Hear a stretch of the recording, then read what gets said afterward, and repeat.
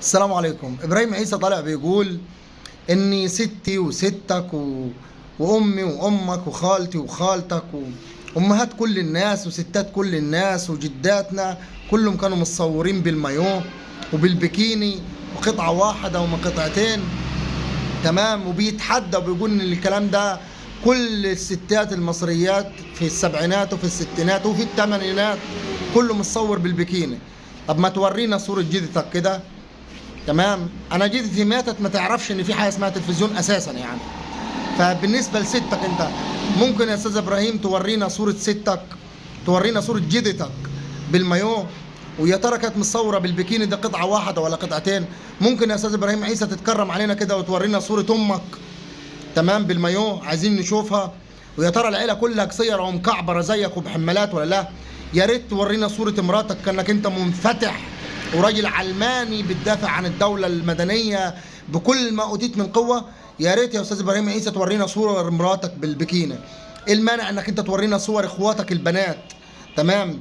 تورينا صوره مراتك، تورينا صوره اختك، تورينا صوره بنتك بالمايو البكيني شفاف ويكون قطعه واحده، وما اقصدش قطعه واحده كله كده، لا، هي تختار بس، لا اما تلبس القطعه من فوق لا اما تلبس القطعه من تحت. يا ريت تورينا صوره مراتك، عايزين نتفرج والله. يا ريت تورينا صوره اختك، يا ريت تورينا صوره امك، يا ريت تورينا صوره ستك بالبكيني وتفرجنا على جمالهم وجمال اجسامهم. ويا ريت تكون الصور كده نظيفه وتكون شفافات الحياه اللي لابسينها دي. يا ريت تورينا صوره خالتك، صوره عمتك، يا ريت والله. يا ريت تورينا صور اخوات حريم اخواتك، مرت اخوك مش ليك اخ اسمه شادي عيسى برضه انت ومكعبر وقصير زيك، كان اللي جارفني منه انه زميكاوي بس يعني. تمام.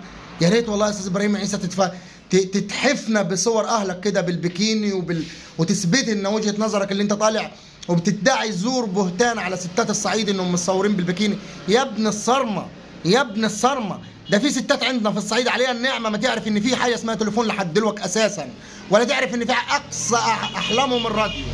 يا ولد المستخبي. تمام. انت انسان قذر ملحد وكافر، دي مفروغ منها، ومحدش يطلع يقول لي انت مين عشان تتهمه لا، هو كافر قسما بالله العلي العظيم قولا واحدا، هو كافر وملحد وسب النبي عليه الصلاه والسلام وسب سيدنا عمر بن الخطاب وسب الصحابه كلهم. تمام. وخاض في عرض السيده عائشه. فابراهيم عيسى احنا مرتاحين فيك لما تطلع تدعي زور بهتان على حريم الصعيد وعلى ستات الصعيد، الكلام السافل اللي انت عم تقوله ده. يا ريت تطلع لنا صوره امك. ايه المانع ان انت تورينا صوره مراتك؟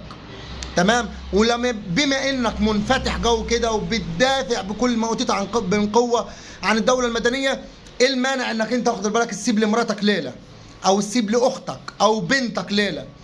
احنا في دوله مدنيه بقى، ما فيش حاجه اسمها جواز ولا فيش اي حاجه اسمها ضوابط ولا عرف ولا تقاليد ولا حرام ولا حلال ولا اي حاجه. احنا بقينا زي الاجانب. يا استاذ ابراهيم عيسى مرتك عجباني وانا عايزها، اختك عجباني وانا عايزها، سيبها لي ليلتين ثلاثه كده.